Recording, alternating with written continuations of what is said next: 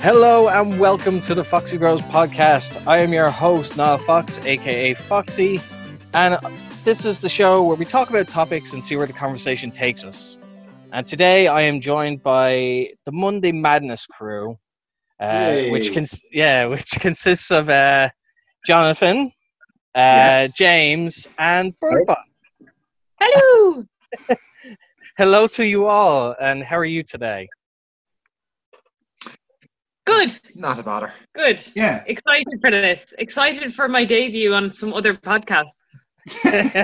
Yes, we're after 5 years in the wilderness, screaming into the void with a grand total of maybe 50 subscribers, we're now starting to make friends with other podcasts.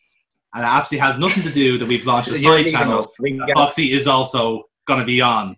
Yeah. It's almost like we're trying to connect everything together in a nice like a collaboration and crossover. Yeah. Something knitwear. Yeah, exactly. Something dark side. Is this a madness verse then? Is this a madness verse? It's like the extended canon, you know. What is this? A crossover episode? We'll see. It's like one of those like the spin-offs. Maybe. Yeah. Yes. It gets to a point and you do a backstage pilot. Then to set up something. Yeah, so, this is the Joey to the Friends. That's how it works. No, that is actually unfair. No, if anything, we're the Joey and everyone else is the Friends. Don't put yourself down like that, Jesus. No, but obviously, like today, like I wanted to, because I'm a big fucking nerd, as evidenced and in the past. But today I wanted to talk about a Pokemon, and not just one thing. I wanted to talk about Pokemon in general, whether it be card games, the movies, TV, like everything. And I suppose I should at least start by giving like some shameless plugs to certain things. So one of those being the current show that is now on the Love Lows Network, which is Jelly-Filled Donut, where you break down each episode of the original Pokemon Indigo series and give your own thoughts, theories, and conspiracies. Let's be fair. Yeah, deep dives, deep dives, and allegations, and like internet truths that may or may not be true.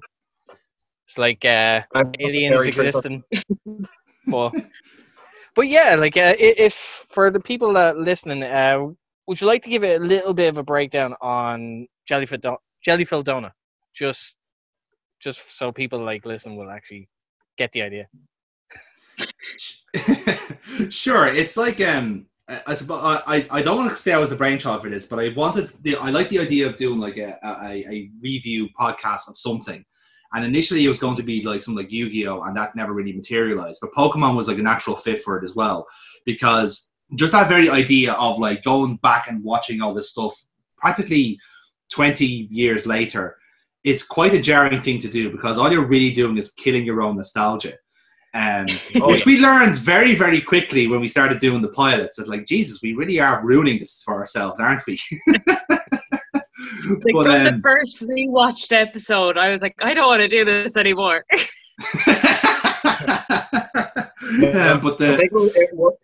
was the Madpod episode that broke me on like just how much we let away, how much we just like, this is good entertainment. This is fine. This is great. Everything's fine. Everything's I can watch fine. this and then like actually argue that it was a good episode. Yeah, exactly. Because there's a kind of two main approaches to the podcast. The first one would have been like because like myself, James, and tangentially Burkbot kind of came from almost like the games more so than the TV series. You know, we kind of had that kind of weird game logic to the show. So like with the Metapod battle is a great example, because like we know there's means and ways around that if you have any semblance of a brain, which you'd be shocked to hear Ash Ketchum does not have. No. And that was one approach, like seeing like obviously like how would that actually happen if you'd apply game rules to the series. And again, that was actually a carryover from the initial Yu-Gi-Oh idea, because the writers of the original Yu-Gi-Oh had no clue how the game is played, and that is very evident in the series. So it was a kind of a carryover from that. And the second approach was to prove once and for all that Ash Ketchum is a shit trainer for wankers, which I believe is what we say in the pilot. Yes. And continuously, like constantly proving he's really bad at this. And that was the angle that Low Blows really liked, because I think like that's kind of tickled Rick's part of the brain as well. That went like, oh, I think I should rewatch this stuff again and see that, yes, I am also killing my own nostalgia. It's fantastic. But it's also the stuff that you notice like 20 years later. Kind of like again, it's also because like, the writers didn't really know what they were doing just yet. But it's also like it's from the Japanese part as well. So like there's certain weird things were carried over, and then when the game came out, then it was like they were kind of forgotten about. Like Arcanine was a great example. Remember in the second episode they had the three birds come out in like murals, and so the Arcanine is just there. And like the reason for that is because Arcanine was meant to be a legendary, supposedly. Yeah. And never came to fruition. So like stuff like that like is really neat to kind of look back now and see like, oh, like that was there all this time. Didn't even notice it because I was 12 and I wouldn't have registered. But now when you look back at it now, after years of playing these games and watching these shows, then suddenly it all flashes back to you then. I had hoped getting into it. Like there is, if you watch old Looney Tunes episodes or old Rocko's Modern Life episodes, there is so much evident of they were trying to get so much past the censors, and they pushed the envelope so much for what jokes could they get in under the radar. I was hoping that we'd be getting stuff like that in the Jelly-filled donut. Instead, it's just Ash Ketchum is a terrible trainer again and again and again, and the same butterfree animation. What about Samurai? Samurai is a terrible trainer as well. He's he's sitting in the Viridian Forest, just like, I'm waiting for this trainer from Palatown to come by. It's like, oh, are you him? Okay, let's fight. Metapod. Boom.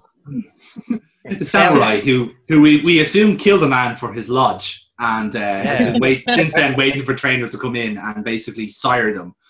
But it's bizarre. Like I can see James' point though, but like bear in mind, like a couple of episodes soon, we are going to be doing the beach episode where your namesake gets a pair of tits. So I'm just saying, like if that's not going to pass a censor, I don't know what is. Like I can't understand what I didn't make it. Don't think that passed the censors in Ireland. I think it passed the censors instead of Japan. Only Japan found that funny. Everywhere else was going, what the fuck is wrong with those people? Like, are they mad? No. And yet they won't call any other green show that does that kind of thing. It's just double standards, lads. Yeah. That's all it is. Weird. You know. No, but like, obviously, like with that, like it's a great playing concept. Like I love it because I do listen to it myself. It's like you said, it is a nostalgia killer, but at the same time, you are curious to watch it back in adult eyes as opposed to as a kid, and basically just like, I used to love this bit, or I used to love this episode. And it's like, God damn, he's shit. Why didn't he do this? Like, come on, do a quick attack or something. Like, just like putting that logic to it, and it's like, wow, it is. I enjoy it. I do enjoy the show. I really do, and it's great to actually hear like an adult, sensible account of what possibly should have happened in those. Hold on. You're really stretching the definition there. Yes, 3 adults watch Pokemon for people's entertainment. Hey, stranger things have happened, so like, that's true. I feel like that's an OnlyFans opportunity there. Yeah. Possibly. That is quite niche, I'll be fair. Like I wouldn't know, but that's fairly niche. Like it's right up your alley. It's up somebody's alley, I'll say that much, but I won't digress further. But yeah, like, I used to get a kick out of doing the podcast because like it's one of those things where like it's also us like just giving ourselves an opportunity to slag off like an old cartoon, where the old cartoon is not going to answer back, practically. Like, we're not going to get a cease and desist from fucking Satoshi Tajiri going, no, you hurt my feelings. Like, it's not going to happen. So like, he's an easy target in that sense.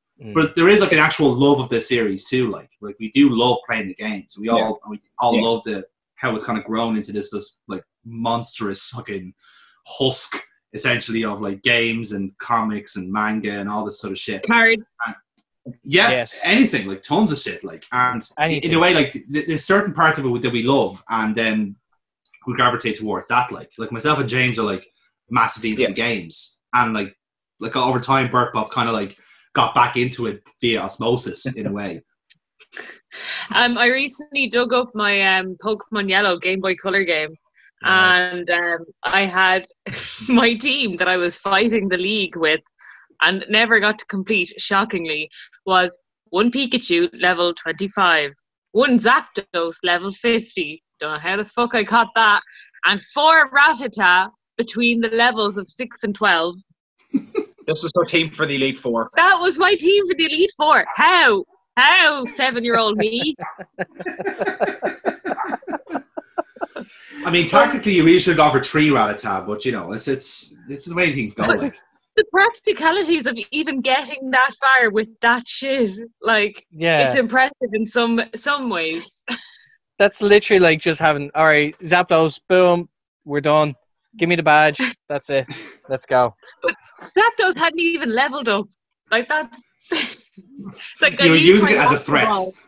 I think I used the Master Ball to cap Zapdos, and then was like, that's it, I'm done, I'm ready for the league. You've completed it. It's like, nope, I've got the legendary, that's it, I'm going for it. Yeah. To be fair, that is at least a realistic... You didn't get it the first time, and then you're like, right, well, you obviously can't win the league. Throw the game away. Yeah. Although, like... And that's when I gave up with the games and then focused all my attention on the cards. The cards were fun though, like, because I found that like when I got into Pokemon, which was through the anime, when it first came out, but also in like symbiotic fucking like Venom from Marvel, literally went hand in hand. You loved the anime, so therefore you were transitioned straight away to the cards, and therefore like that was the playground thing. It's like, I'll trade you this, like, I'll trade you my, like, Charizard for this. It's like, no, you will not. I'm keeping this Charizard because it was the shiny one. But, no, like, the cards were fun, didn't have a clue how to play it. Really didn't. But, we only realised, like, there's actually rules to the game, and, like, there is, and it's quite a fun card game. We've played it before, and it's actually quite decent. It's good strategy game, and like you do actually need a bit of, like, I'm not going to say chess levels of strategy, but you do need like more than a 7-year-old is capable of, unless they're really smart. Yeah. Yes, definitely. Like it is definitely the children's rule is if I draw a Pokemon, I'm going to play that Pokemon. Yeah. You know, yay! I just got my Charizard. That's one right on the field. Don't care if it's a field of Blastoise and Squirtles. Yes, Charizard. But Charizard's weak against water. That doesn't matter. Looks like I'm going home with Charizard then. This was also Burkbot's attitude to battling the league. It's a shiny. I'm going to use it. To be fair though, we had like an unspoken rule for our own like battling series that if we got a shiny anywhere, we were obliged to use it, no matter how shit it was. Yeah. Which I got to dodge a bullet in one game series because I caught a Pelipper after I finished the game. So I was like, woof, dodged a bullet there. Yeah. but that Pelipper ended up being like legit winner. Yeah, that was one of the other rounds. So we've done a set of we've done a series of battles from it was Gen 7 at the time. Where we each showed up with a couple of teams ready to battle, and Jonathan, for some God knows reason, decided to bring a Pelipper to, like, it is literally bringing not even a knife to a gun. He brought a fucking banana to a gunfight. So everyone focused on not Pelipper. You know, there was actual threats to take care of. Yes. Meanwhile, Pelipper was slowly using Surf and wiping out all the teams. It got the winning move in all the games. MVP, most valuable Pokemon. Yeah, definitely. Absolutely. Definitely. Because, like, here's the problem with that, right? You see, like, because, the series we're talking about, we did, like, a good few years ago. And the whole idea was, like, it was just us and another guy called Mookie. Shout out wherever you are. And our whole idea was, yes, come home, Mookie, please. And he, if you see Mookie, just like, you have his face on milk cartons. If you see him around anywhere, give us a shout. But the great thing about it was that it gave us a chance to be creative with our teams, because that's all the rules were. It was like, just like make a set of 3 or whatever it is and just have fun with it. Yeah. And like James had, like, we all like had our own kind of favorites anyway, and we just found a way, contrived a way to put them in the team. And the only reason I put Pelipper in was because of its ability that made it rain. And that was so that I could have Krogunk, who had the dry skin ability, so he keeps healing up. And it's also that, like, well, when Pelipper uses Surf, it heals up Krogunk as well, because we were playing doubles. So I thought it was a master plan to keep everyone on the field. And it was just it was quite funny because, like I said, I think it was between me and you, James, that we had that battle, and you were just going like, yeah, we'll just kill off the Krogunk, he's a threat. I was like, oh no, lads, relax. Pelipper's going to sweep. I was like, he fucking is not. Oh, he fucking did. And that was great. But like I said, like, that was like one of my, like, we all kind of had like that kind of Pokemon that like did a job for us. James's one is Gliscor. Which Foxy very much recreated for us. Thank you very much for that, because you did a smashing job with it. Yeah, you did. Do you want to like share with the rest of the class why you love Gliscor? So purely because Jonathan cannot handle it. The way it works is its ability means that it heals whenever it's poisoned. So you send it out with an item that'll poison it as part of the battle, and hide behind substitutes, throw out toxics, and protect. And Jonathan gets wrecked because he can't play 2 turns ahead. No,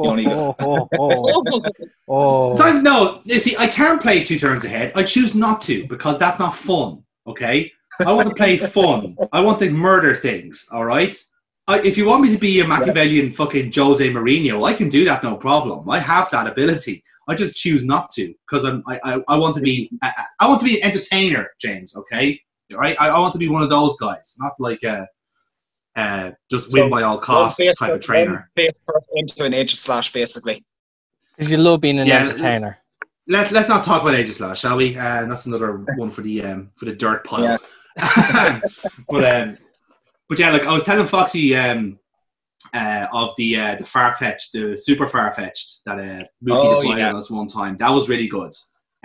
So the way this works is, and incidentally, like I still love Mookie for this, because it is a strategy that only exists in his head. No one else would have thought of this. So he starts off with a Scizor, okay, really class Pokemon, really good ability, really good moves, right? He uses Sword Stance and Agility, so he's got a double buff of those 2 stats. Baton Passes, so the stat boosts change over to the next Pokemon coming in, and he brings it out Mawile, right? So we were playing X and Y this time, so we Mega Evolved it and made a stockpile a couple of times. So now it's got double attack, double speed, double defense, and double special defense. Baton Passes then to what we thought was Kangaskhan, because he named it Kangaskhan. Reason was because we had 100% worked ourselves into a shoot, to use wrestling terms here, because we were convinced he was going to use a Kangaskhan for his Mega. Yeah. Didn't do it, and he called his Farfetch'd Kangaskhan just to mock us. And he made a complete fool of me in front of everyone on the internet. He killed us all. And I will say, I will applaud him for that, because he played us like a damn fucking fiddle. And I appreciate that. You gotta admit, like, that's a great playing strategy. That is a play of the day, man. That is impressive. Like, you would want that kind of play in a big time tournament, where like money is on the line. Yeah, like if you had the confidence and the ability to pull it off, like, you deserve the $1 million for yourself. Even if the cash prize isn't $1 million, just give the man the money. Yeah. Just Like just for the sheer effort, like, and the ingenious ingenuity of it, plan. yeah. Yeah. Like, but that's why I quite love about Pokemon battling sometimes, is that like you do get quite creative with certain combos. And I suppose like in a way, like it's one of my kind of negatives from like the competitive front, is that like it does kind of devolve down to like the same class of Pokemon each time. Again, I could be wrong with the new games coming out. It seems to have shuffled the pack a little bit. But even still, like a cream will rise to the top after a while, and it's kind of like some of them are by accident in a way because they're just like made broken. But sometimes, but even amongst friends, like you do just get creative, you know, with certain things. Like, because I know I've always been a fan of weather teams, myself. So that's where my creativity came in from. And I think James is the same way with certain types just generally, and so forth. So like that was the kind of the fun part for me with the series we've done in the past, was like, oh, we set up these kind of rules. Let's see how we do with each like even generation, because that's the way we did it. My downfall would be that I would pick all the pretty ones. Yes, because you're a girl, and girls have to do that by law. Would you have had it like a Clefairy in it, like in your team? Foxy, why did you start her off again? Jesus Christ. Massive, man. You had to have some sort of crossover, so yeah, I throw that in. No, I think we established that Burtball was a Jigglypuff stan, as I recall. Yeah, we'll go with that. Yeah, okay. But Clefairy seems to be like her top the pack at the moment. Yeah, we haven't hit the Jigglypuff episode yet. Yeah, we, as the episodes move along in our podcast, my clear favourite will stand out. We haven't reached that point yet. I guarantee it's Drowsy. It's nailed on that. Is there actually that's a question for you? Is there one Pokemon that you objectively just despise? Because I have several. Like Zubat. The game Zubat, yes. Like especially the early like video games of like Red, Blue, Yellow. Yeah. I just hated Zubat. Every step I took in any cave, Zubat. I don't know. I imagine you've seen the memes of like just it's like Repel. Like he takes one step in, Repel has worn off. Second step, everything just sucked toward him like he's a vacuum. But like it's funny to look at it. Like things like little tropes like that is, even though it's still there, it's still hilarious to go back and think like, I fucking hated this game so bad. But, it'd have to be Seal for me. It's just so forgettable. Oh, Seal's that's harsh. Seal's so good when he evolves. It just completely lifts right out. Just doesn't have to exist. I don't know. I still just like Seal for existing. Like, you know, like I don't hate it. I just like, oh, it's there. He's a good boy. And then off it goes. Like, I think like I got two. Like I'm not those kind of people who's like really like hates all Pokemon. But I focus my anger to certain ones. Smeargle is one, right? That thing can fuck off, just generally. I've had some very bad experiences battling against Smeargles. Klefki can also fuck off. That's a big one. I do not. Klefki is great. Klefki is great. No, James, stop. We're not having this conversation. And I think the worst of all is Mr. Mime. I just. Oh yeah. What, Ash's dad? Yes. Deadbeat dad who keeps sweeping the floors, not realizing. His stepdad. Let's put it that way. Stepdad. There you go. Because he's definitely like, he's not just there for like, because he has a house. He's there for a reason. Yeah. He's there for a reason. Yeah. Well, definitely. We have an orange man, Mr. Mime now, in Galar. Bowler hat and all. Yeah. I'm surprised the shiny version wasn't orange, but I suppose that would be a bit too on the nose. It's a shiny sash. Sash, yeah. And I think there's a special event like last week where you can catch Mr. Rhymes that were shiny. If you play certain... like because like play the flute. Yes, if you play the flute, play you can the get flute. them. True. Bang a Like, few drums. Like obviously, like even though like I'm not the biggest on the games, I've played some. The only one that I've said this to Jonathan, that like the only Pokemon game that I've cleared is Platinum, and like the other games that I've played, I just haven't been able to beat them. But Platinum was the one that kept me glued to it. Yeah. I don't know why, but what was your starter in your like whichever game you started with? What was your starter? What was your pick? Oh, I think mine was a Squirtle back in the day. Like back as a 8-year-old. I think that was me. I had to pick Pikachu because I had yellow. But I, in terms of for sure, there was Zapdos. Yeah, obviously. You hacked the game. No, from the TV show, when I started watching it, out of all of 3 starter kind of origin stories, I love Squirtle because I was like, he's so cool. Squirtle Squad. Yeah. He's got glasses, man. You can't argue that. And I'm not ashamed to admit this. I did make my own Squirtle shades out of cardboard. Oh my god, what? I think I've deleted all the evidence of this, but yeah, I made Squirtle. And now you've said it on a podcast that people will listen to, and people will judge you now accordingly. Yeah. No, they've just been looking for someone with cardboard fucking sunglasses. It's like that Yu-Gi-Oh syndrome. It's like spot the main character. There somewhere. Who got the biggest hair? Yes. Which Squirtle is going home with Ash? The one with the glasses. That's who. Yeah, that's how it works. The blind man glasses are the pointy ones. Yes. The pointy ones. Pointy ones. So cool. My one was Charmander. I've always been married to fire types, and that started with the original. Like I had got Pokemon Blue and just thought, you know what, it'd be funny if I went for the red starter, and that's what I did.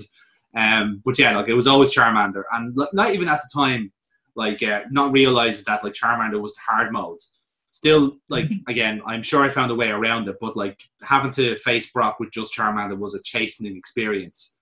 Still got there in the end somehow, but I don't know how. I must have been there for like weeks. Like evolving it into a fucking No, I remember now.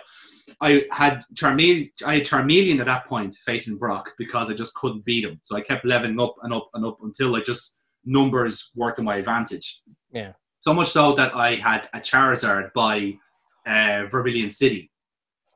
And so we were then so at that point then Charizard was then fucking weak to him as well because he's now a flying type. So I was going like, will this thing ever be fucking useful?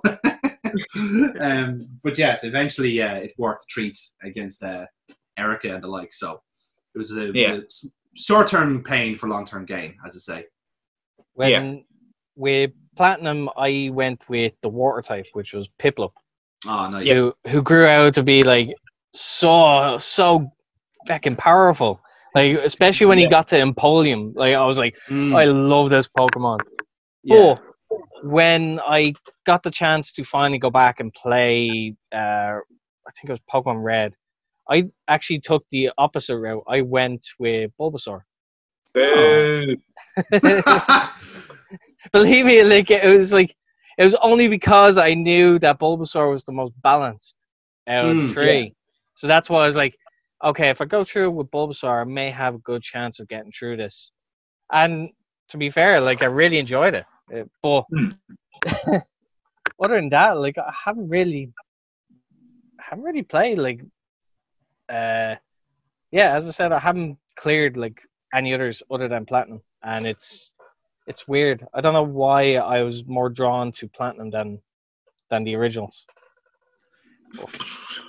I haven't played Platinum, but I also have not defeated Pokemon Yellow shockingly with my team of Zapdos, Pikachu, and Foresta. I think as a challenge, you should try that now. Like you should try to beat that, get that team together and try and beat the Pokemon League. Oh, that'd be brilliant, do it, guys. No, but like I played what was it? Let's Go Eevee, which is like the reboot of it. And I haven't got a Zapdos, shockingly. I don't think I even got any of the No, legendaries. you're too afraid to. Yeah, I just didn't want to fall down into that pit of just having Zapdos in my team, and then I just knew that would happen again. It happened again. History runs in circles, lads. But yeah, I think that's the only Pokemon game I've actually completed. Oh no, I did Sun and Moon. And Sword and Shield. I haven't completed that fully. I got bored. I've got to do all of this again. From this corridor to this corridor. No. It's kind of funny because like on our own channel we've done like a series where we basically, myself, James and Mookie, we played through all the main series games, made a team out of it, and then did battle with it. So in a way, like, we've kind of all recently played the Pokemon games in quite quick succession.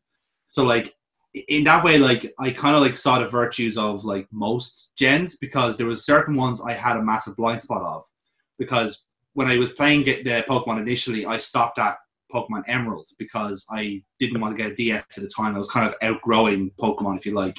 Yeah. That lasted about 5 years, and back into the rabbit hole again then. But so Gen 4, I kind of grew an appreciation for then, because I replayed it back and said, oh, actually, this is actually pretty good.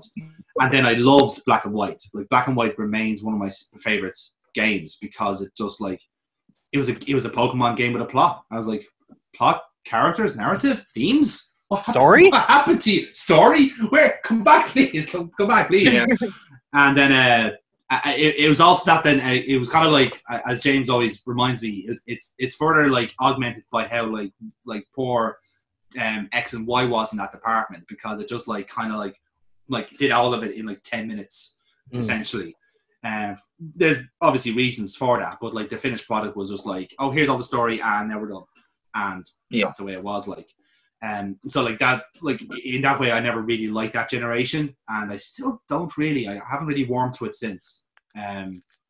For me, look, there's reasons for that. They never got platinum equivalent, so it only got the base game. It didn't get the and here's what we do with an extra year or so to fix it up, I guess. So you're left with the unfinished thing that they put out. That's true. As opposed to just getting like the third installment, which tend to be like the fixed version of the other two. Yeah, exactly. Yeah.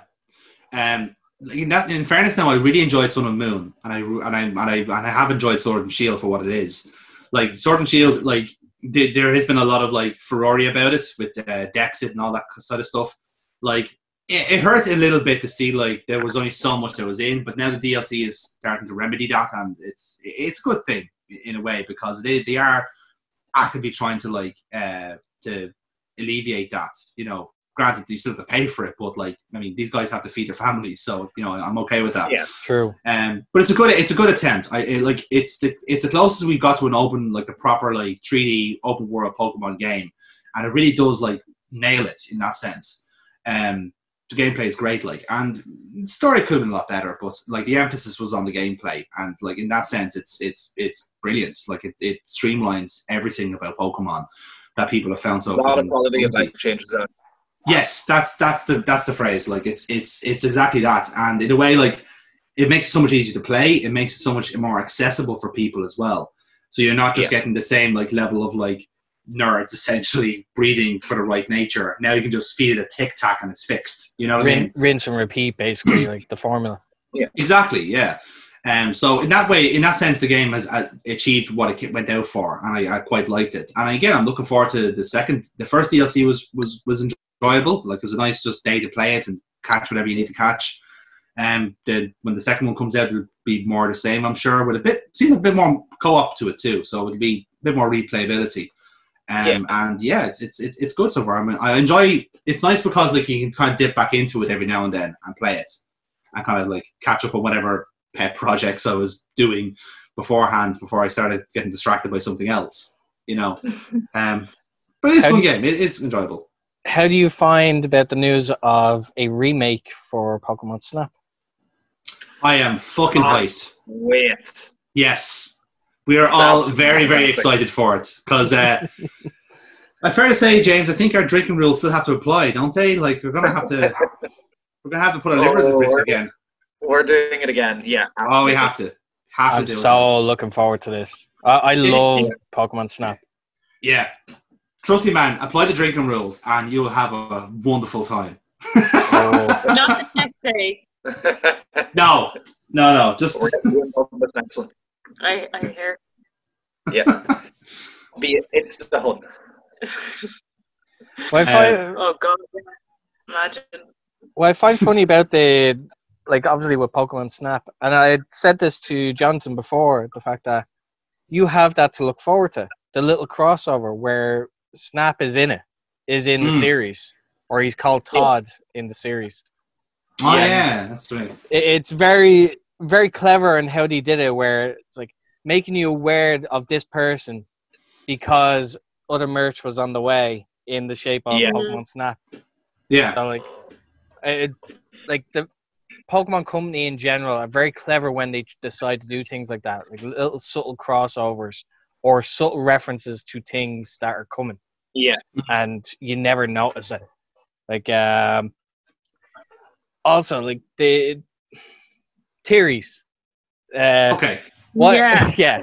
Like the amount of breakdowns of any of the Nintendo announcements, like, you know, in-depth analysis of what could he mean when he says this, or there was, you know, I think there was one, it was like Black Lives Matter was the big talking point at the time, and there was a black Pikachu teddy, and everyone's like, oh, Black Lives Matter, even black Pikachus, oh, I get it. And it's like, I feel like that wasn't what they were going for, but okay, it's like in English, in like English essays in school, it's like the curtains were blue, and it's like, obviously, you know, he lived in a blue house. That was the color scheme. You do not need to read any more into this. Please stop. It's straightforward. It's right there. Mind. Were they open or closed? I said it to Jonathan earlier. It's the fact that, like, I've been trying to read up and just to have a couple things in the back pocket, so to speak. And one of the theories that I came across was, now, I imagine you've all heard about the theory that Ditto is the failed experiment to Mew. Yeah, But I think that's nailed on. I like that. But what do we think of the idea that Ditto has mutated and become other Pokemon in the process as well? I.e., an example is Quagsire. If you look carefully, Quagsire has the same face as Ditto, and also has the same kind of color scheme when it's in its shiny form. Whereas they do like a switch. So Ditto is pink normally, and then when it's in its shiny form, it's like a gray. It's blue, I think. Yeah, gray blue. Whereas like Quagsire is blue, but when it's in its shiny form, it's pink. So they do like a weird switcheroo there. I'm very interested in it, but I don't know enough about it to really like delve into it. But I like the idea that basically Ditto's somehow like trying to fit into the real world. Decided that Quagsire was the most compatible beast. Like but yeah, like I could definitely believe that depending on the region you're in, it could adapt and become something else eventually, with obviously evolution. Yeah. But yeah, like the idea of it is interesting, and like what are some of the like what theories have caught your attention in Pokemon that just you want to believe is true? Well, my own personal theory that I've had since a child, and it did get mentioned in our podcast, is that the scientist in the Clefairy episode is actually a Clefairy. And I had this theory back when I watched it as a kid. And like, as in, like, I just, in my head, going back to rewatch the episode, I was like, well, obviously, yeah, we're going to watch the episode where the Clefairy is a human. And then I realized no one else thought this. So you were on your own. You're onto something. Some like fan theorem and just see if anyone else in the world agrees with me. But yeah. Either that or you've read too much into it. One or the other. Yes. Yeah. To be fair, it does have at least one leg, not proper legs, but just one leg. Like you can argue for it, like, especially when you do kind of say like, well, he does act weird, and he knows like two things about science, and the like, Pokemon food. Yeah. In fairness, and he seems to actually know what the fuck the Clefairy are on about. So there is an argument there.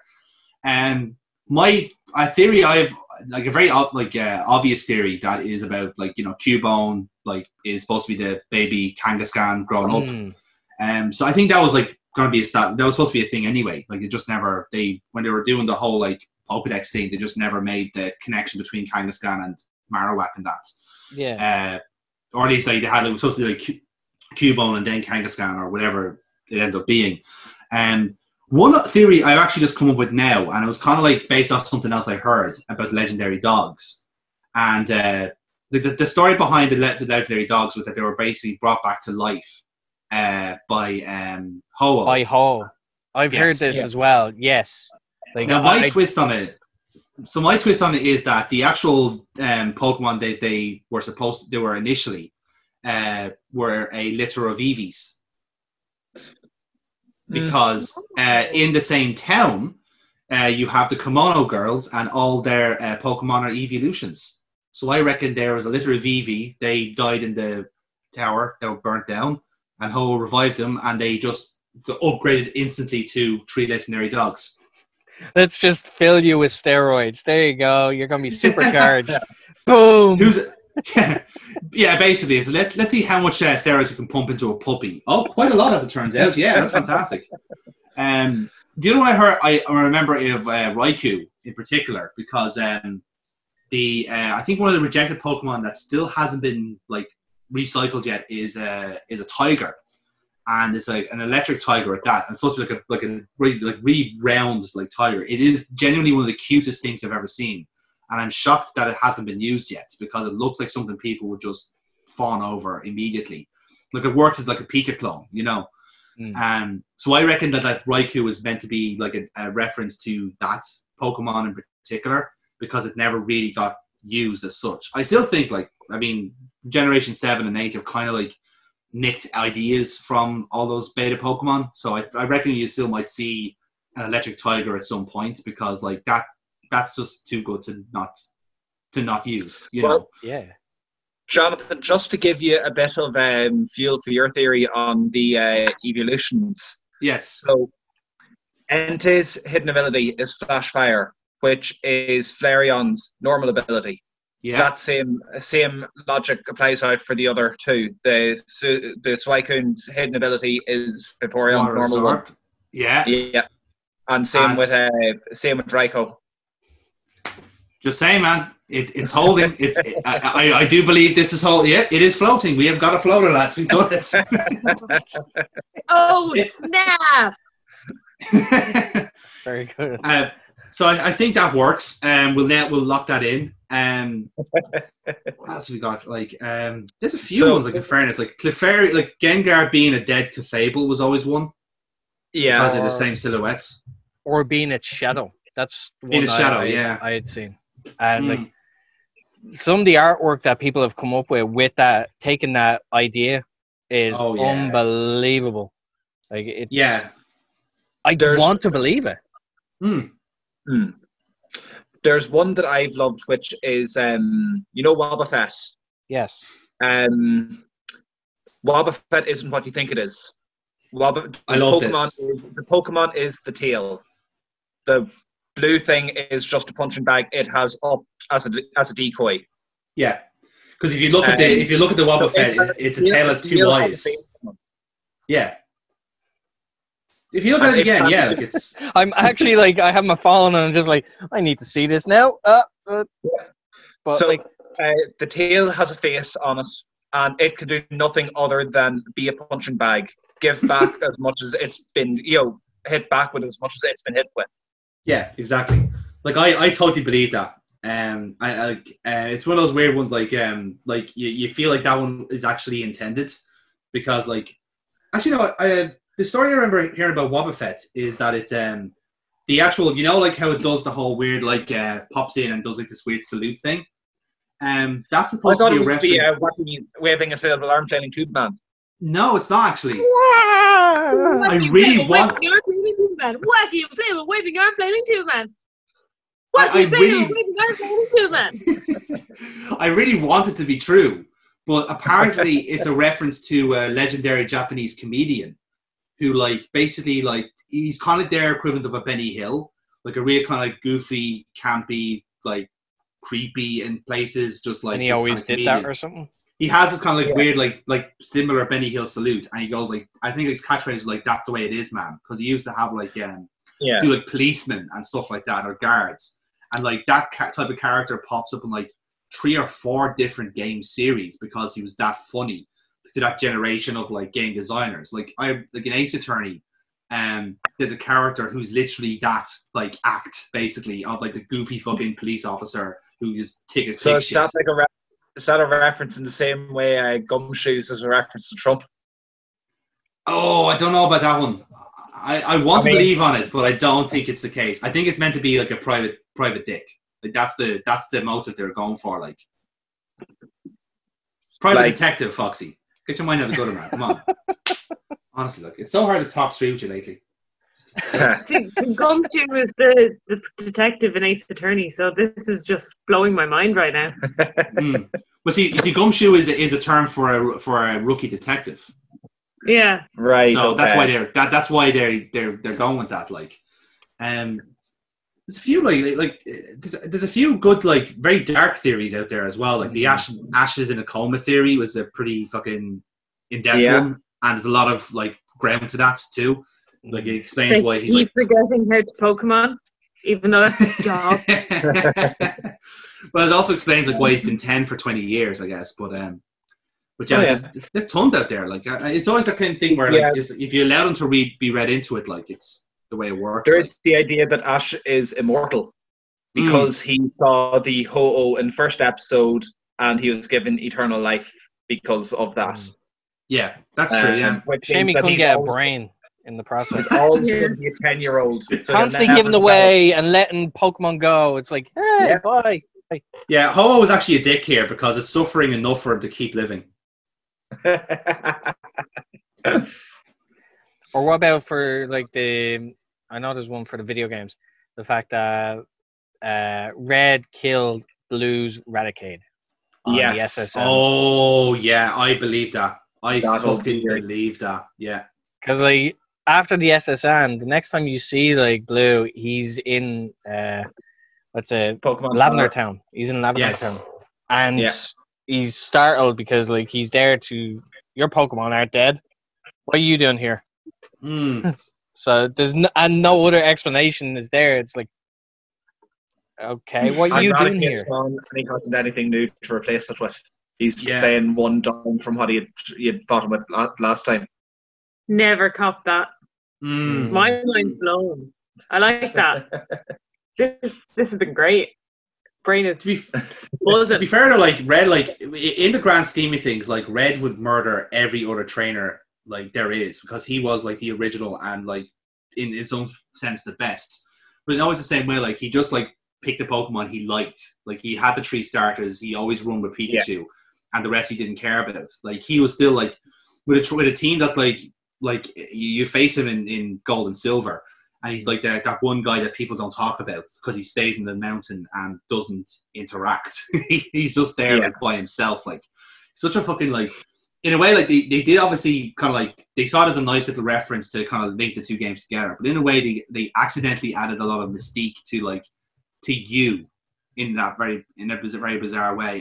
And in a way like I'm kind of annoyed that they never really carried on that tradition. That you couldn't like face Gold and Ruby and Sapphire and you didn't face Ruby and Diamond and Pearl. Like I just kind of felt like I see like it's in a different land. They wouldn't have met anyway, but still like it's a nice little like tip of the hat passing to the torch malarkey, you know. It would have been a nice way of just like giving credence to like the previous ones that came before. Just like say like look, we've heard of this like trainer, like he did so well in the Kanto region. I think his name was Red. Just little references like that would have been like a great little touch for it. Like, could you imagine if you're playing Pokemon Emerald and you're getting to like the 70th or 80th floor of the Battle Tower, like you think you've got your team sorted and you've got this, and then suddenly fucking Red walks out and you're like, oh, bollocks! How fucked are you? Oh yes, on a scale of 1 to yes. Foxy, there's one for you now. You've played Platinum, so Yes. you've battled against Cynthia as Yes. in a nondescript house in black. You walk in through the door, and Cynthia battles you completely out of nowhere.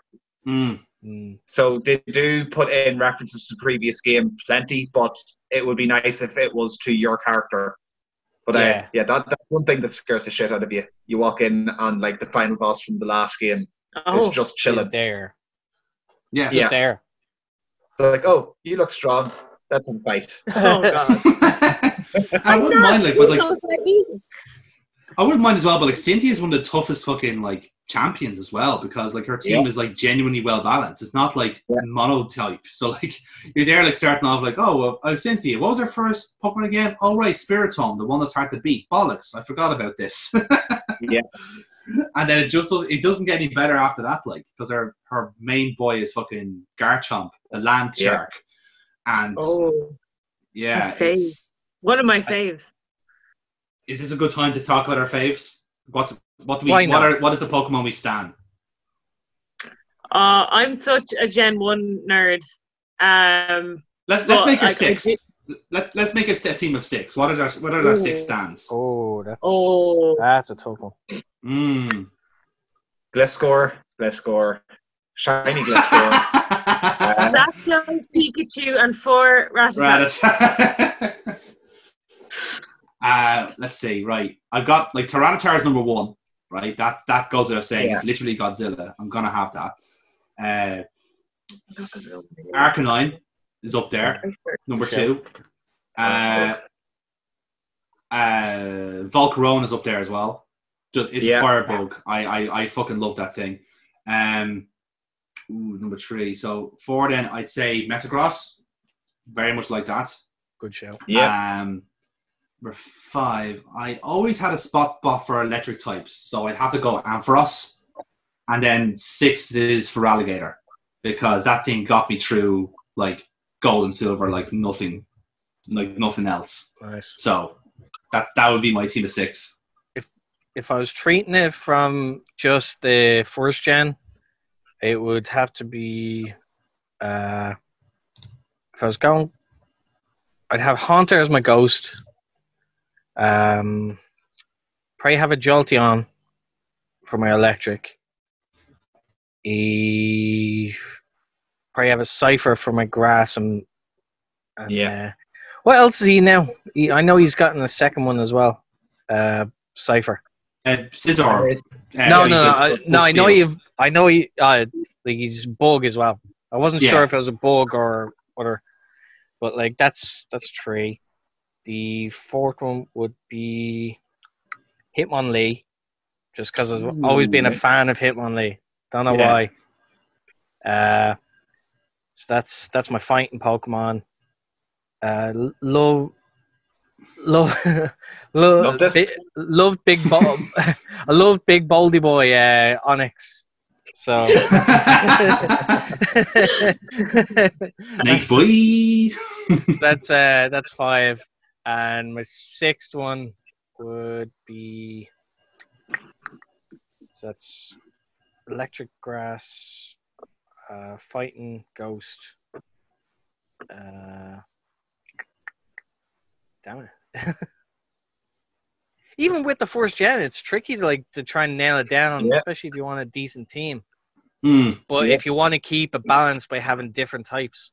So your 6th one. I'm trying to think what other type I could do. Oh well. I've done electric. So let's go with shoot for the top. Mewtwo. Give me Mewtwo. Why not? Just. All right. I'm actually disappointed you didn't go for Hawlucha. I thought you would have wanted to go for your brethren, like. So for anyone that doesn't know, yes, I used to wrestle and I used to wear a mask in wrestling. So that explains that one. Just in case people like listen to her, they're like, "Why is he saying your brethren?" It's like, what do you do? All of your viewers have just spat tea at the fucking monitor right now, just hearing that. He was a what? Yeah. Get him. Well, yeah, that is being first third, which is what I thought. Yes. Like I was, I don't know. like I was just doing it from the first gen. Like I Mm. don't have enough knowledge of the Yeah. later generations to really like get a team.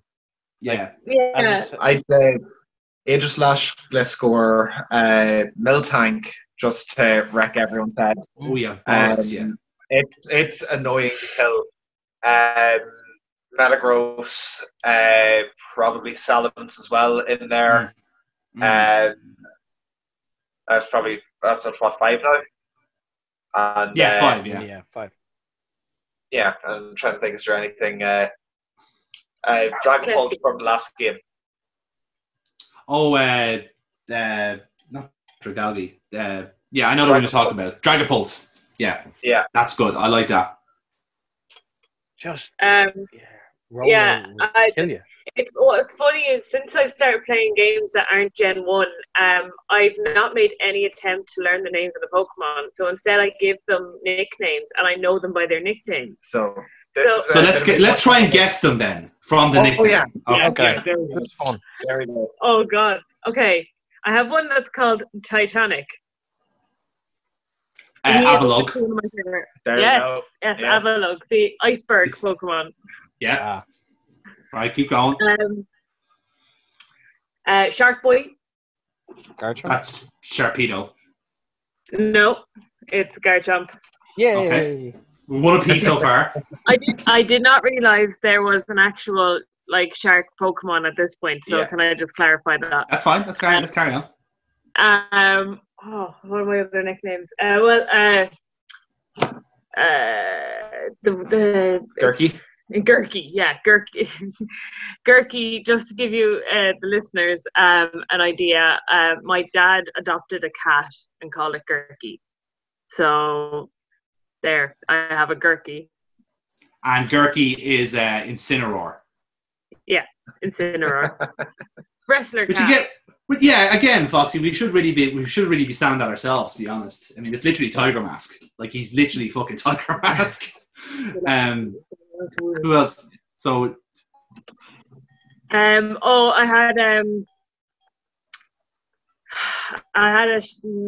was gonna actually say the name of it there. slipping.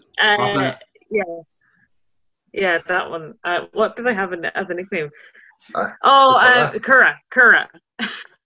Kura. So it's a horse. No. Sheep. Kura. Yeah. Wooloo. Iwulu, yeah, or Double. Oh, Double. Yes. Okay. See if we got any other ones. I'm trying to think of now, like, what was my last team, but like, Kura didn't make it into my last team. I had a name. Boy. Yeah, and what was his name? Oh, Ravenclaw. You're going to say it loud and proud. Loud and proud. Yeah, it's Mercury? Corviknight. Corviknight, yeah. I do love Corviknight. Yeah, I do love Corviknight. I loved Toxicity from the new game. That is one of my favorite Pokemon. Yeah, I have to say, lads, they knocked out of the park with the new Pokemon. Like they really did. Like they knew that their kind of options were limited, like species wise. They just said, okay, let's just make a punk rocker. Let's make a football. Yeah. And it's just like, yeah, guys, you nailed it. And then obviously I have my favorite animal in the entire world, so it was just called Elephant. And that would be Copraja. Yeah, that would be, yeah. Yes. There was Monkey Ball Boy. Monkey Ball Boy. Monkey Ball Boy. Jonathan, you'll wreck your head trying to get this. Simeon. Yeah, no, you got it. Simeon. Yeah, Simeon, yeah, from Sun and Moon. There was Sizzler. It's not a dead ringer as being Scissor, but like it's. Is it Centiscorch? No, but in the right kind of area. Yeah. The cart. Jeez, I can't remember it's the rock fire type from Genset from the new game. No? No. Nope. No, you're Sizzler. further away. Further away, okay. Sizzler. Ooh, that one's tough for now.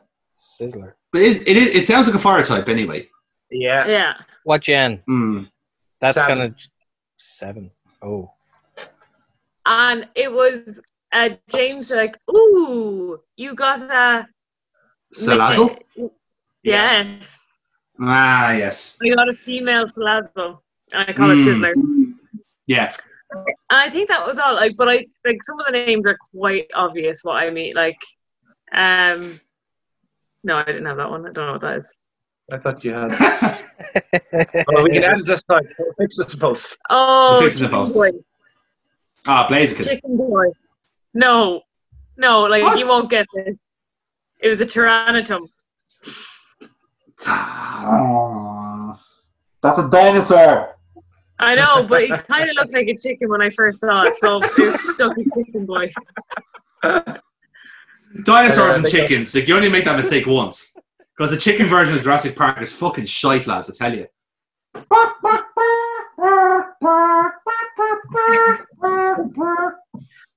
Anyway, I think you got a team of 6 out of that anyway. Yeah, we Yeah. had 2, I think. Yeah, so we can Not pick from that. entirely balanced, but you know, we all had fun. Oh. Jesus. Now, like, yeah, obviously, like we've delved into like some theories. Oh yeah, one more. Like, sorry. What do we think of like Professor Oak being the leader of all the organized crime? Oh, I think I this- haven't heard this. I think there's certainly grounds to with some of them. Like, I think with Kanto and Johto, he's definitely got a monopoly there. Like, he just seems to be around the places at the right times. Like, he just happens to be in Goldenrod City Radio when he gets taken over.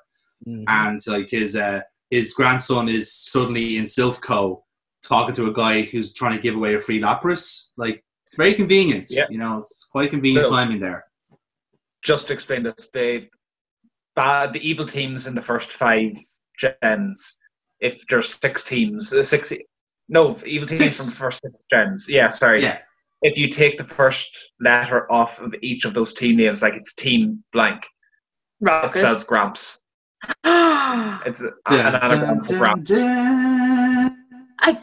my mind is being blown. Oh my god. So you have like Rocket, Magma, Aqua, Plasma Yeah. Galactic and Rocket. There you go. Wow. Which is appropriate because in the manga, there was an imposter Professor Oak once Yes. upon a time. Yeah. I think that was in the Gold and Silver arc where you had this weird like Neo Team Rocket set up. Mm. And like you had a guy who was called the Mask. And like nobody knew who he was. Definitely not Giovanni, but he just no one knows who he is. And like That they was had also an the one imposter where- Professor Oak. That was the one where like Sabrina was part of Team Rocket, wasn't it? Yes. Yes. Yeah. That's right. And Yep, so was yep. Blaine. Blaine was like a former Team Rocket guy and he basically went rogue. I can buy that. There is the theory that Blue joined Team Rocket. Haven't heard that one. So he stops you in Silphco and he challenges you to a fight just before you're up against the boss. So the theory being that he would have, when he was burying his Raticate, he would have been stopped by Team Rocket, who were invading the tower at the time. They tried to recruit him, and then the next 1 or 2 times that you see him, he's around Team Rocket sites. So he's around the Sylph Company whenever you're storming the building, and he stops you and he battles you. And he's right outside Giovanni's gym whenever you have your 8th badge to, you're about to do the league. Let's battle. That's what I'm here for. Not collect my paycheck. And to add to that, when Giovanni disappears after you beat him in the Viridian Gym, who takes Gary over the takes gym? over. Blue takes over, yeah. That's very interesting. I'm sold on that. The other one that does have legs as well considers deals with another rival, the one from Gold and Silver, who like I think canonically is called Silver. Giovanni's son. Oh, that is canon. Yeah. Yeah, they well in the original game they didn't like make a big deal of it, but in the manga he was already he was established as his son, and they just took that from the manga into the main canon, like, because they just liked the idea of it too much. The other one was Giovanni being Ash's dad. Yeah, that was an odd one too. Like, okay, like I don't see the credence to that when we clearly have established it's Mr. Mime, and forever will be Mr. Mime, and you can't tell us otherwise. Sorry, who's to say Mr. Mime isn't Giovanni in a Pokemon suit? It's a good point, actually. He could be hiding in plain sight. It's very true. It's very, very true. Yeah. It's the only way he can be out in public. He's dressed like a Mr. Mime. Absolutely. No, like people are like, oh, there's that stupid Mr. Mime again. You know, it won't pay him any attention. Not realizing he's a criminal mastermind. There he is! Get him! Hiding in plain sight. Wasn't there? There's always kind of where there's this theory that like the reason there's no dads in the Pokemon universe is because it's like post-war, and all like the able like men basically died in that war. But I don't think that has many legs because they like in the last few games they've kind of like established there was wars, but like decades ago. So the idea in that came from Lieutenant Surge said like his Raichu saved him during the war. Yes. There was also you're a 10-year-old who's allowed to just go roaming around the country with no supervision at all. Also, the only adults that you have are either old men or sailors, or you know, that's all that you see in the games now. It's not the fact that it's a 25-year-old game that like was a product of its time. Yes, you know, it has to be that there was a war against Johto, and was it that Johto won or was it that Kanto won? I can't remember which way the theory went. I can't remember. I think they had argued that Johto won because of the more legendaries they had. Something along those lines. I can't recall what it was, but I think the whole reason was that like the legendary birds were actually Johtos, and like basically like the birds just basically took spots in Kanto for themselves as territory or something along those lines. There was a lot of like conjecture about it, but the whole premise was like, pretty much anyone that could go to war got ravaged. And this is what was left over, you know. But like I said, like the later games kind of put like very much that was a moot point after that. Then, but it was a nice like kind of like a what if, I guess, about it. I mean, practically the only like protagonist that actually has a dad is Ruby and Sapphire, and even then he's not really that available. Like he's a bit too busy being, you know, not a family man. Absolutely. Well, what do you think of the usage of legendaries when it comes to the movies? No issues with it at all. Like, find that like with the movies, that was the only way they could actually realistically put legendaries into the Pokemon universe, like the anime verse, by actually doing a movie. Because other than that, you don't very seldomly like see them being incorporated in the general, like the main series. I know I went to see the Lugia film in the cinema. I think it was with a couple of friends from primary school, and I was like, "Oh, Pokemon film." But we were so far behind in the show that like none of the people, we had no idea. Like it was basically we were watching on, I suppose, the RTE, you know, feed of Pokemon, you know, at 2 o'clock every day or whatever it was. But we were like 2 seasons behind, or at least a season behind what the rest, what the film is set. So I remember going in and like people were coming out with like T-shirts and like little toys and I was like, what the hell is that Pokemon? That is where my hatred of anything that wasn't Gen 1 started, because I didn't understand where all of these people were getting their toys. and I wanted it, but I didn't know how to get it. Just couldn't understand. But I remember watching the film and I was like, oh, like obviously completely enthralled in the storyline, even though I didn't even know who was what was happening. But like Pikachu was there, so it was all fine. But I know Pikachu, I'll follow him. But I remember just being in the cinema, then coming out of the cinema and talking about it with my friends, kind of going like, well, what the hell? And they're like, wait, do you not watch it on this TV show? Because, you know, that's where you caught up with everything. And I was like, and like some of them had like, you know, VHSs that had fallen off the back of a van. Yeah. Of like all the most recent episodes to catch up on. So then it became a thing of like, oh, I have to go over to his house to watch like watch the Pokemon, and then obviously that wasn't happening. So, And that's the story of your first dates. It was love at first catch. No, but I remember getting like a full like model of Lugia that like like played like his song. And it was the best toy ever, and I was like it was my show and tell in primary school, like for about 3 weeks in a row. They banned Pokemon in our school. Oh yeah, no. You weren't allowed to talk about it in school. No, same like, actually. Yeah, we had like underground Pokemon battles in the playgrounds. Oh yeah. We had a shed where like some of the older kids would go and kiss, where the rest of us would go play Pokemon cards. Couldn't do both, you see. There's no such thing as both. Like it was one or the other. Like yeah, like but yeah.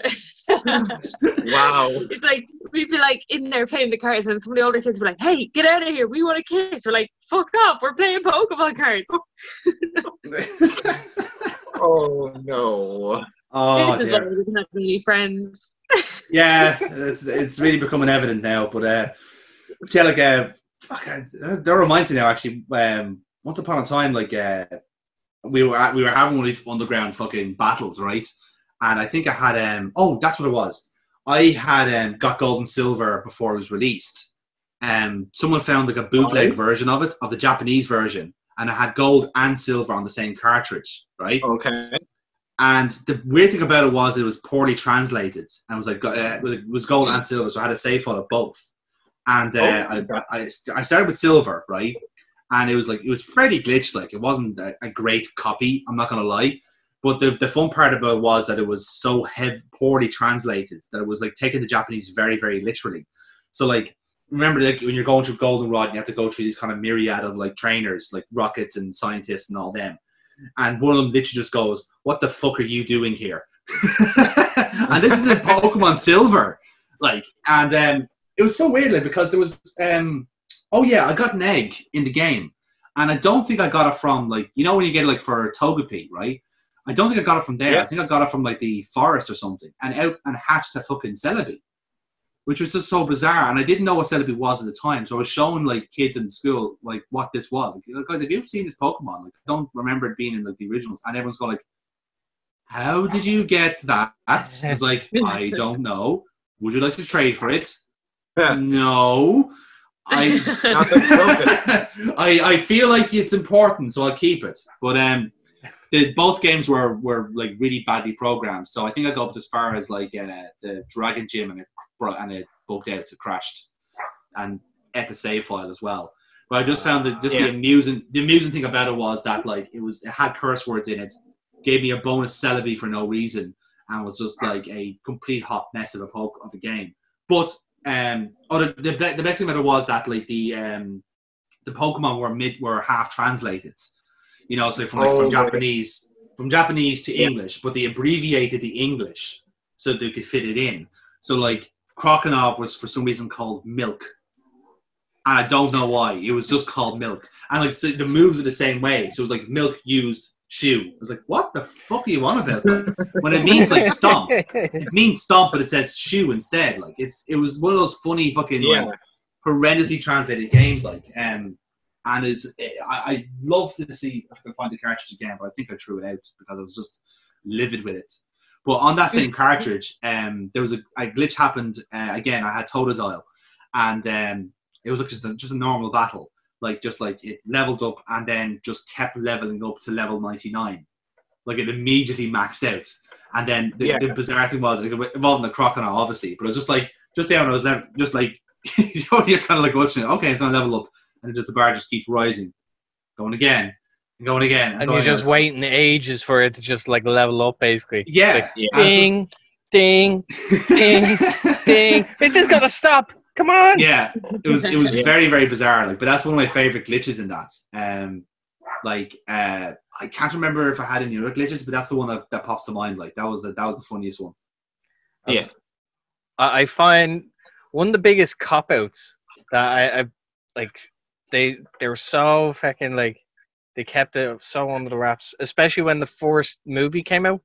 You would go to the cinema. Now they'd advertised it and showed the trailer, but when you go in, you didn't know that you were going to be treated to a little 30-minute like mini film.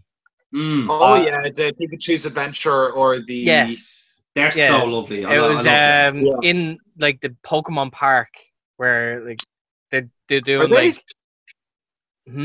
they, like. Are they still being put out at the start of each of the films, or was that not just a one-off?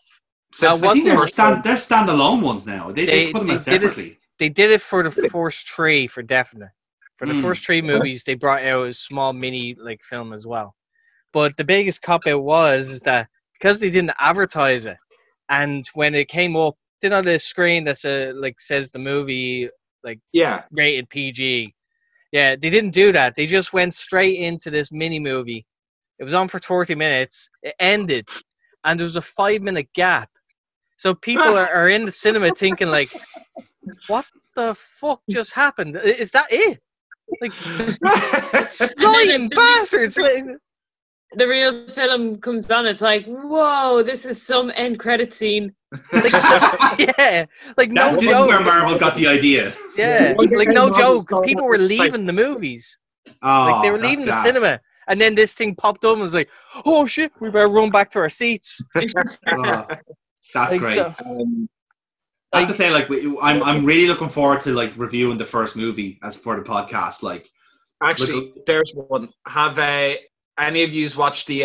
They put out the first film again with remade graphics on Netflix recently. No, I have not watched it. I didn't really want to check it out. It looks a bit like fakey to me. Like it doesn't look great. It's line for line with the original film. Yeah. So I know. Do you want to? It's which style do you want to watch it in? Yeah. I Give me the original with shitty 90s pop all the way. Like that's the way Pokemon should be absorbed. Like you don't drag it into the 21st century, man. Keep it in the 20th century. That's what people want. I want to hear a shitty Britney Spears song that no one else has ever heard of. That's the driving force of the movie. Goddammit. Yeah, like little things like that. Like I enjoyed the movies. But also like they're very clever in the marketing. Like having the exclusives, like the exclusive cards that you would get for the release of movies. Oh, them fucking the T-shirt cards, and the singing Luigi. Yeah. Yeah. Not Luigi. Yeah. Wrong movie. Sorry. And they've taken that on now through to today, where they'll hold back on the likes of your Muse and stuff like that, and they'll distribute that at the films now. So if you go and you can get the Dancey or Genesect or the new ones that are out, and you'll have to wait until it's the film's being launched and get the code for going to it, or just get the code after it. Or the new thing would be having a Pokemon Go event happen at the cinema.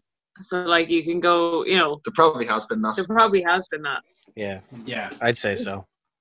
Like, although that like, as much as people like give a stick, like Pokemon Go, like did like try something new with the technology.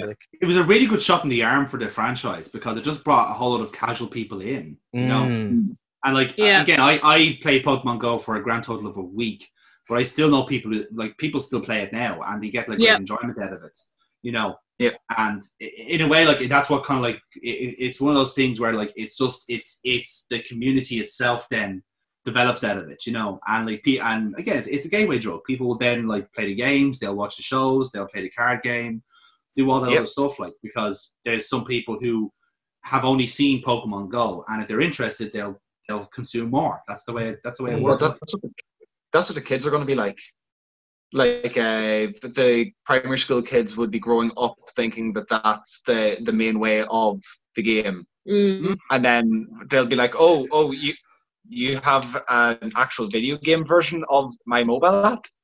And it's completely different. Yeah. This is it. Like that's why they're kind of like they're branching out massively into the mobile ones because like they know they've got something here with it. Like they know that people just want an easy entry level into Pokemon, and they'll pay whatever they want to get it. Like and it's good. It's cynical. I wouldn't say it's cynical, but it's an easy book. Like you can't fault them for that. And because of it, like with the Pokemon Go, like it was out for a good couple of years until they finally made the transition of bringing that gameplay and trying to blend it with the current with the old formula of the Pokemon games, with Let's Go Pikachu and Let's Go Eevee.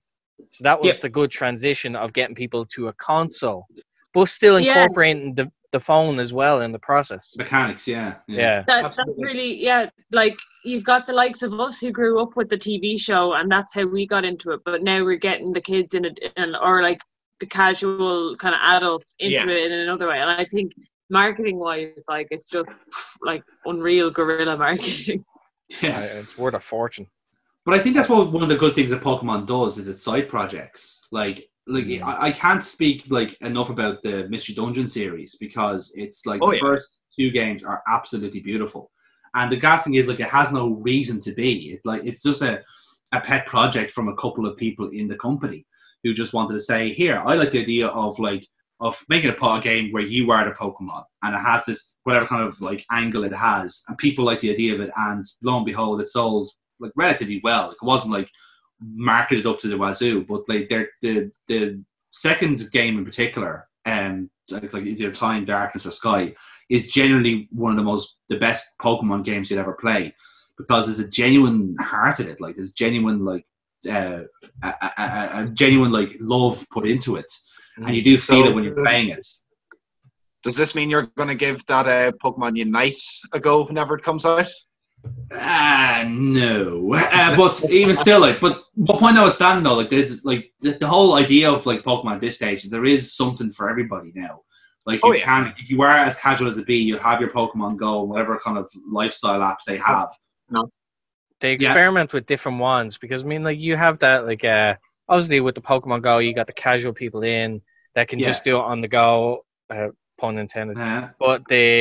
But you also have the likes of the dungeon crawling with like the like Pokemon Rangers, is it? Or Ranger was another one. Yeah, and Mystery Dungeon. Ranger and Mystery Dungeon. But you also have the fighting games. So like you have Pokemon being incorporated into Pokemon Stadium Coliseum, as well as you have Smash Bros. But also the Pokken tournament as well. Yeah, true.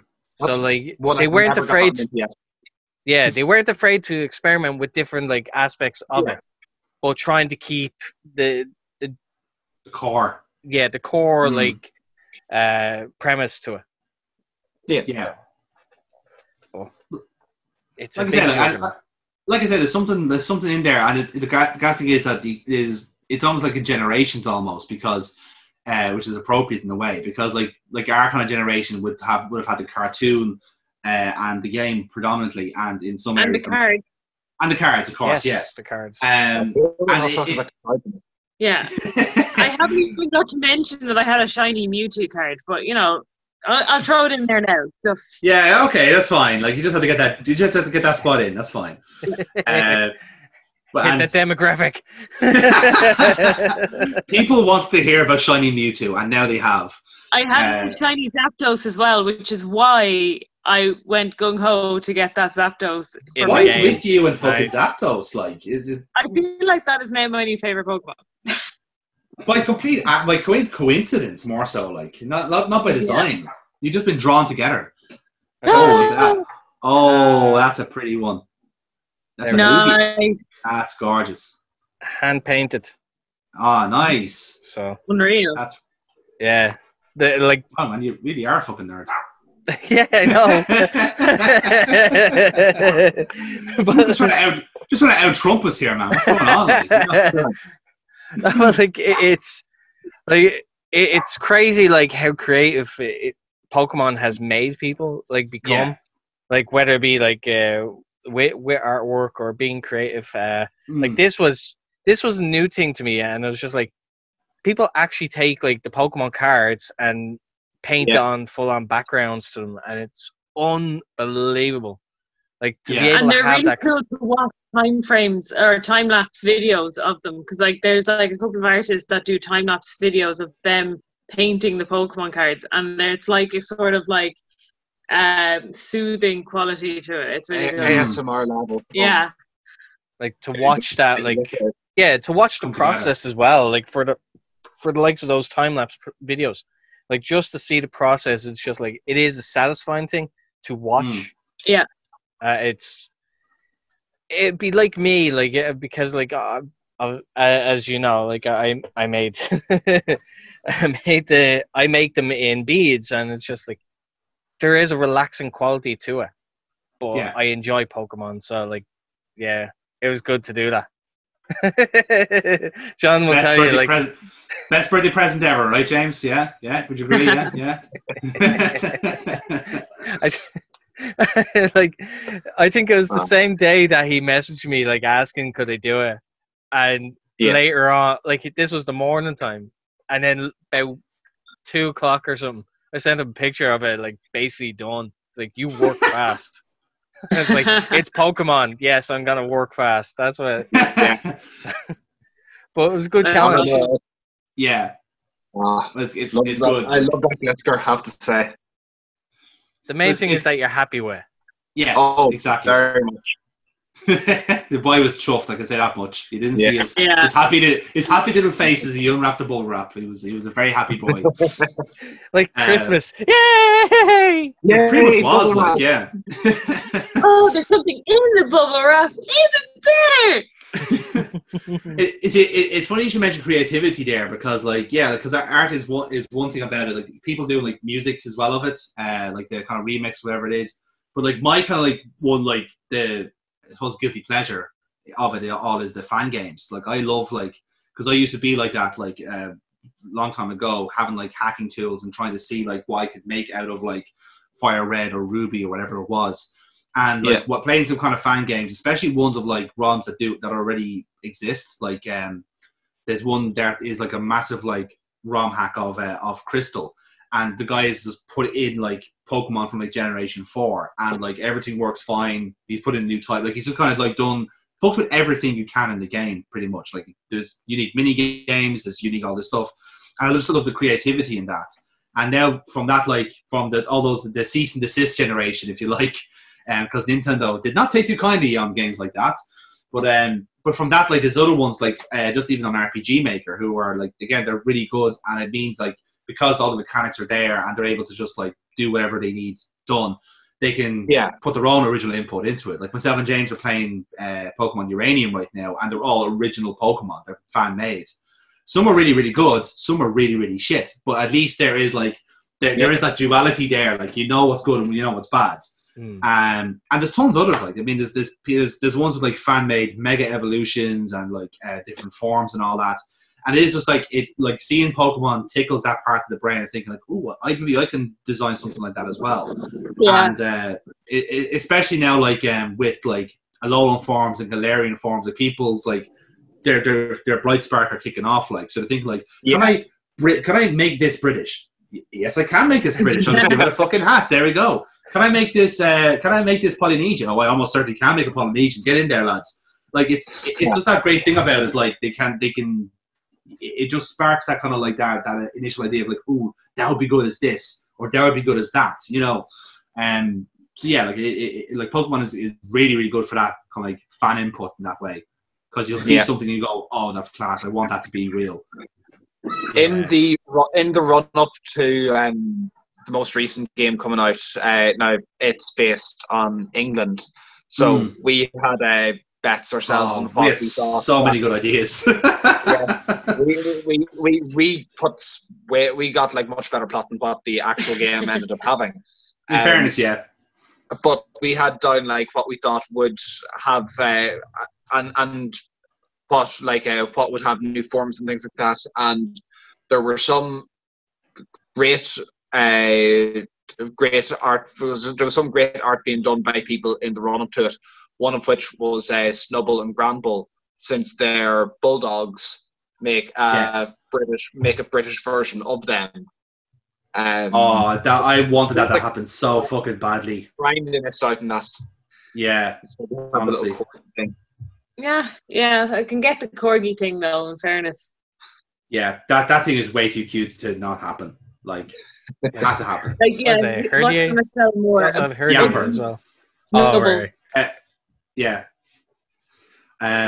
Yeah, I think our idea, like, what I like about the games now is that they are kind of like, they are doing a thing where, like, okay, let's have this game in America, let's have this game in France, let's have this game in Britain. And I like that because it gives them so much scope then to be creative. Like in X and Y, they had a poodle. They had like allusions to like French or whatever it is, kind of like mythology, not mythology, but they did Norse mythology for the legendary. So they took inspiration almost wholemeal from certain things. And what I liked about Sword and Shield was that they took like very British things and made it into Pokemon. Like the starters is like a drummer, so that's your Beatles covered. You got a footballer and you got a spy. Like that's pretty much the three things that British are known about, except for conquest. But apart from that, like everything is solid. Like, but even small things like a ghost tea set, that is so fucking British that that's not even funny. You know, and stuff like that. Like, and even the two legendaries are literally like they're based off Roman mythology. They're based off Romulus and Remus, which I love. Like, I love the idea. Like, it's based off that. And it just means then, like, for future generations, they have so much more to work with. Like we were saying at the time, James, that like there's so much to go with Celtic mythology, and they haven't even touched that yet. You know. Well, that could be what comes out at Halloween. Like they're basically going to a Scotland version. Yeah. At that stage, so possibly looking at that. I guess the question would be, where would you like to see done as a new region? Like for 3 years from now, where do you want to see them say? The moon. Great. Space. Only to fairies. Yeah, exactly. I would love to see. I think we've said this already, but I think it'd have to be South America. I think you've got so much scope there. If you did a deep dive, with like the tropical Pokemon, you've got like, there's so much in Mayan culture you could go with, like it's actually quite a lot of leverage for much darker generation as well, because the Mayans were fucking hardcore. They were mad into fucking carving people's hearts out and throwing at each other. Like they did stuff like that. So like you could go for, if you wanted to do a more like mature gen, you could do it that way. Speaking on that, like I think like it'd actually be it'd be a great split off, but it might split the fan base very differently. Imagine having a dark alternate verse to the current Pokemon universe, where it's like all these dark theories that you do hear about, like these things are true, these things happen. Like they're front and center kind of things. Imagine doing a universe just based on those ideas. Like that'd be pretty good. Like a mirror Pokemon universe. Kind of, yes. In a matter of speaking, like. Yes, in a matter of speaking, yes.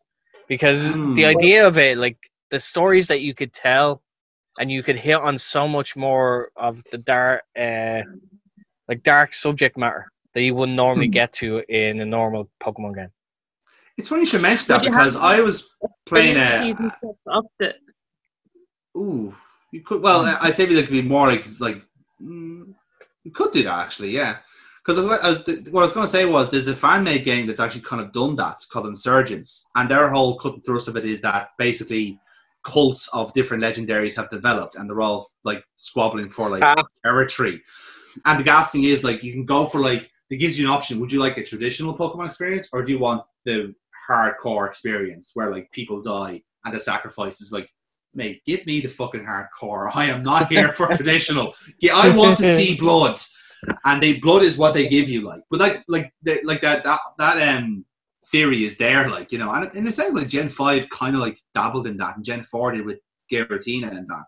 So I think there is like leverage there to do it, but they can do it. Actually, Sun and Moon with fucking the Lusamine merging with the Neolego, like that's fucking weird, creepy too. Like they can do it. They can flirt with it. That was only cutscenes, and like that didn't go further than a 10-minute piece. Yeah, like they could have done a lot more. They could have done a lot more with it than what they did. Oh, what about if you had like actual like Nuzlocke rules, where like the game actually, but like so when you're in game mode or whatever, Yep.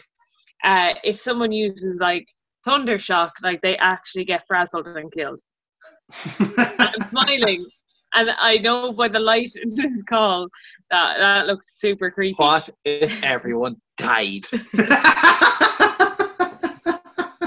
I love life. I love extinguishing life as well. It's one. That's one of the fucking things that like even the anime like just kind of triples over. It's like, oh yeah, Ash just got electrocuted by like Pikachu. It's like, how are you not Fun. dead? What fun! Or he's incinerated by Charmeleon and Charizard. It's like, how are you not dead? Remember that time in the first episode, Ashley drowned in a waterfall? Oh, so much fun. You have to be there. Well, that kind of spurs on that theory of him being immortal. That's true, yeah. True. But he's not the only one to have that happen to. Like many other people during the course of the series as well. Like they get either shocked or like attacked in some way, and it's just, how are you not dead? Why is there only a Pokemon Center and not a human center? Although you somebody get one. Please think of the humans. You get one reference to a human hospital, and that was that episode. Yes. Like, was it Pokemon Emergency? Not Pokemon Emergency. That is a way creepier episode than you think. Whenever it's like, here's a grown doctor giving nurses' uniforms to kids. Yeah. And like having them, like it's insanely creepy. And he's hitting on all like the women. Yeah. Like, yeah, definitely betraying. Was it the trust? Positional trust. Yeah. Hypocritical oath. Yes, you can definitely tell. Like there was no notes app back then. No, almost certainly not. Way beyond the time where people were able to make statements. Yeah, they had to keep their silence.